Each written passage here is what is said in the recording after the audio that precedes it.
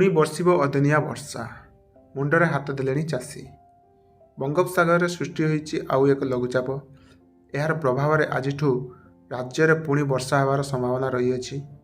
यह आसंता 2 दिन वर्षिबा को नहीं पूर्वानुमान कराइछि पाणीपाग विभाग। यार प्रभाव में दक्षिण उपकूल ओडिशार वर्षा को नहीं संभावना रही अछि।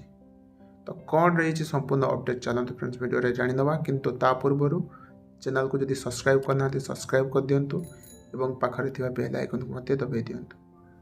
आज हालुका मध्यम धरणर वर्षा को नहीं 7टी जिला को सतर्क करी अछि पाणीपाग विभाग एवं से जिला गुड़िक केन्द्रापड़ा, जगतसिंहपुर, पुरी, गंजाम, खोर्धा, गजपति एवं रायगड़ा जिला को मध्य किछि मात्रा वर्षा होवार संभावना रही बेले बालेश्वर, भद्रक, कटक, जाजपुर, ढेंकानाल, कंधमाल, मालकानगिरी, कोरापुट जिले में मध्यम धरणर वर्षा को नहीं पूर्व अनुमान पाणीपाग विभाग। एसत 28 और 29 तारीख 2 दिन पश्चिमा झाड़ प्रभाव में पश्चिम ओडिशा रे वर्षा होगा नहीं संभावना रही अछि।